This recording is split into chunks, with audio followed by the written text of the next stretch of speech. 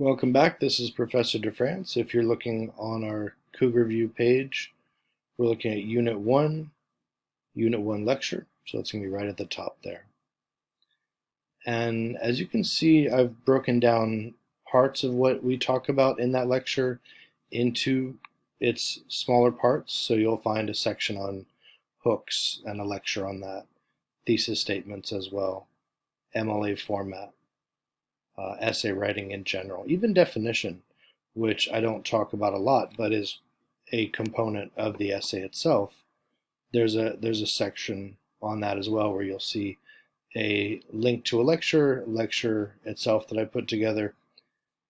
But we're going to go ahead and start here with Unit 1 and do a short piece today on the values and philosophies that we talk about in this essay and in this unit.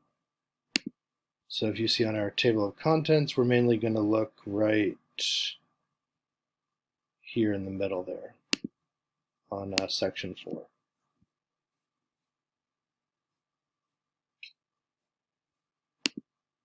Okay, let's go ahead and start there.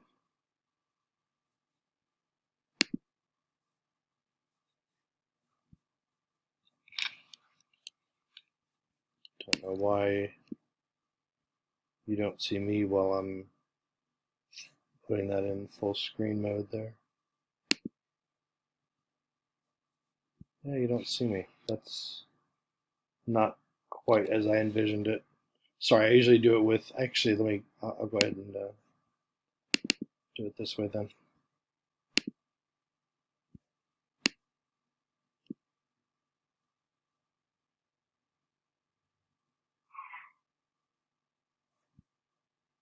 Sorry about that. Okay, so let's go ahead and pick up here. It should be on page 23.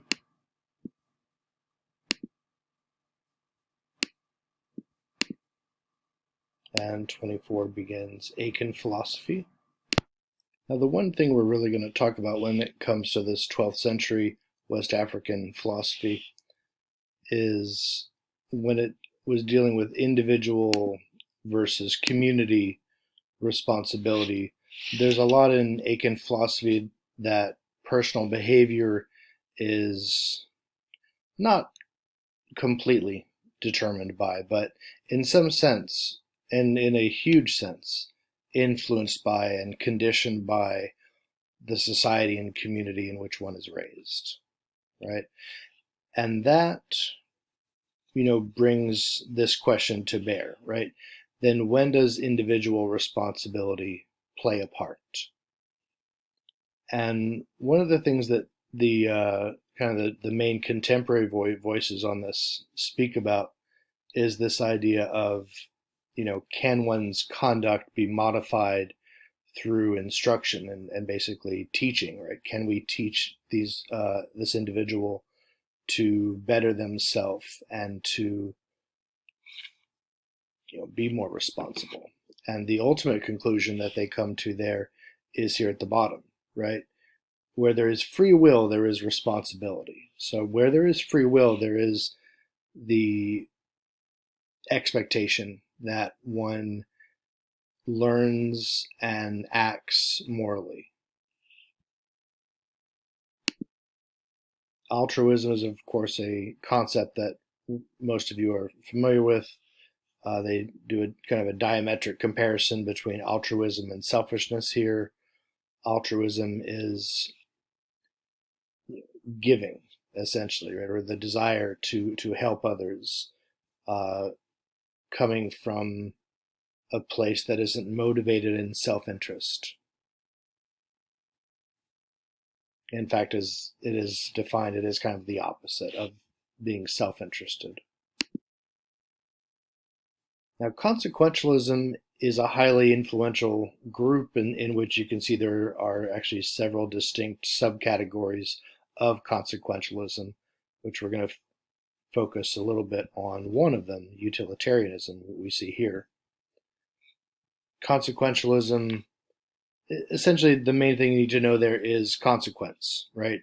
That actions and morality in the view of consequentialism is derived from the outcome or the consequence, right? What happens when you do something? What's the result of that?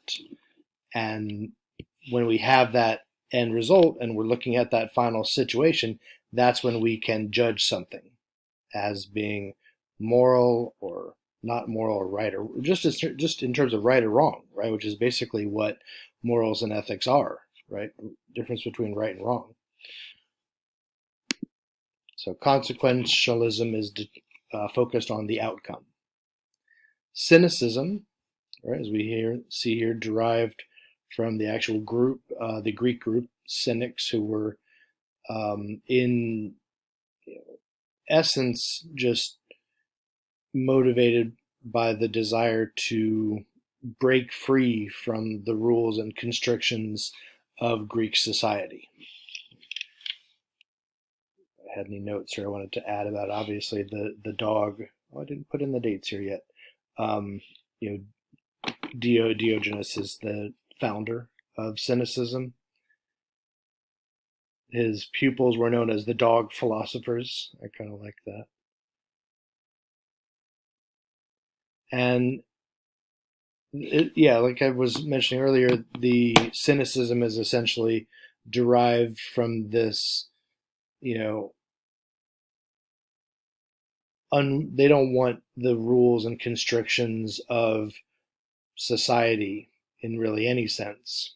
And the cynics, when you look back at like the original cynics, they went kind of off the rail as far as breaking free from society, and modern cynics have um, taken it back a few steps where they, went too far.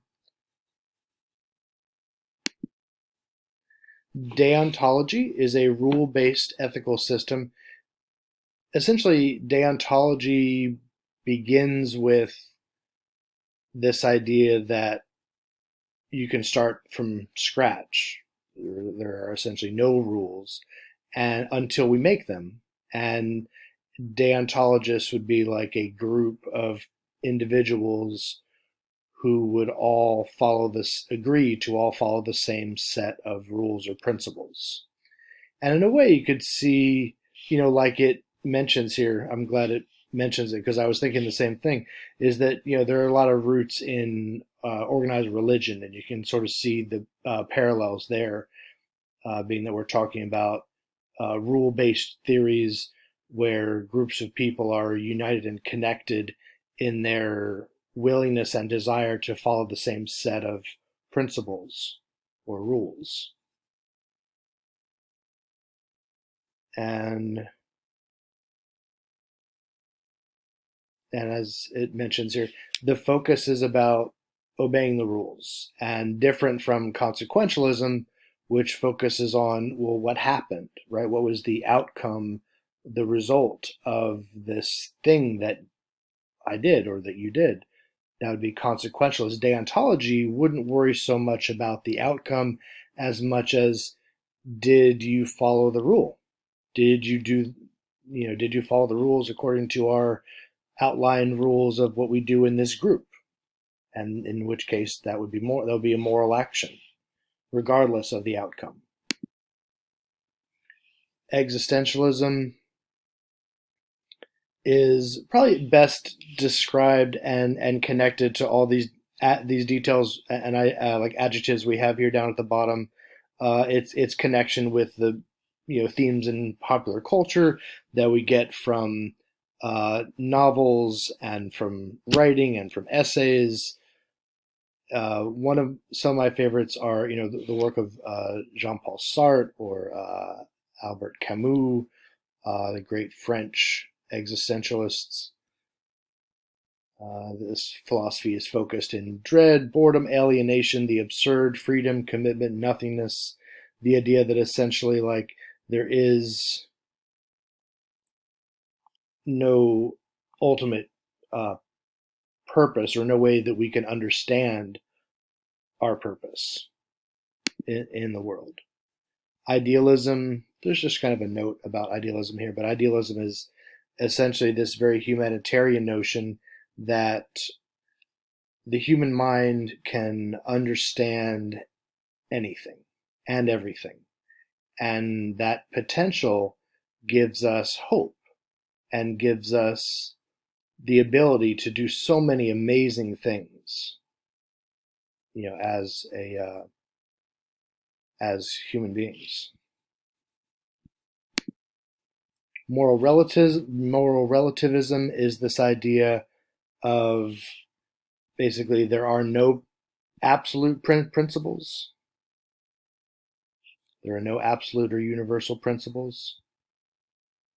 Nihilism, very similar to existentialism. Nihilism is the belief that values are baseless. A true nihilist would believe in nothing, have no loyalty, no purpose, perhaps a self-destructive impulse. Stoicism, again, has its roots in ancient Greece. Stoicism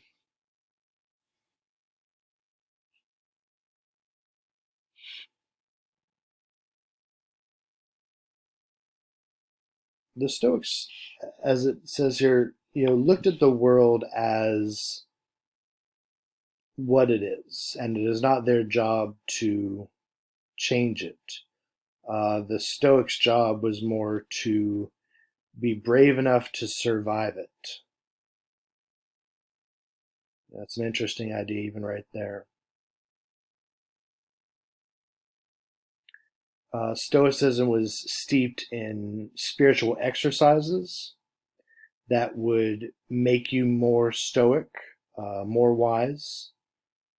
And stoic is not only the sense that we look at it nowadays as kind of a non-emotional response to things, but stoicism was more like the courage to face suffering. Is a better way to think of it. And lastly, there, utilitarianism, of course, is the subcategory of consequentialism. And in the utilitarian view, they would, of course, initially agree with consequentialists that it's all about the outcome. Actions the morality of one's actions can be judged based on the outcome. Basic consequentialism.